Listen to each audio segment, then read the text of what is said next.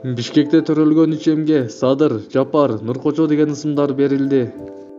Бишкек шаарындагы эне жана баланы коргоо улуттук борборунун перинаталдык бөлүмүндө 29 октябрда 3 эм төрөлгөн. Бүгүн 4 ноябрда алар үйүнө чыгарылды. Аталган борбордун башкы дарыгери Салтанат Назаралиева эне жана 3 эмдин абалы туруктуу экенин билдирди. 21 жаштагы келин бизге Нарындан Кош бойлуу улуктун 31-32 чамасында преэклампсиянын оор түрү деген диагноз менен келип түшкөн. 3 жума өткөндөн кийин операция жолу менен ара төрөлгөн 3 эркек баланы алып чыктык. Бул келиндин алгачкы төрөтү, деди Назаралиева.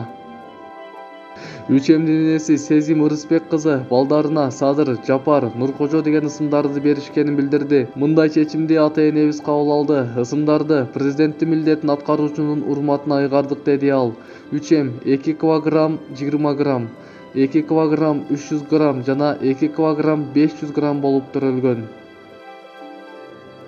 Маалымат булагы Баракелде.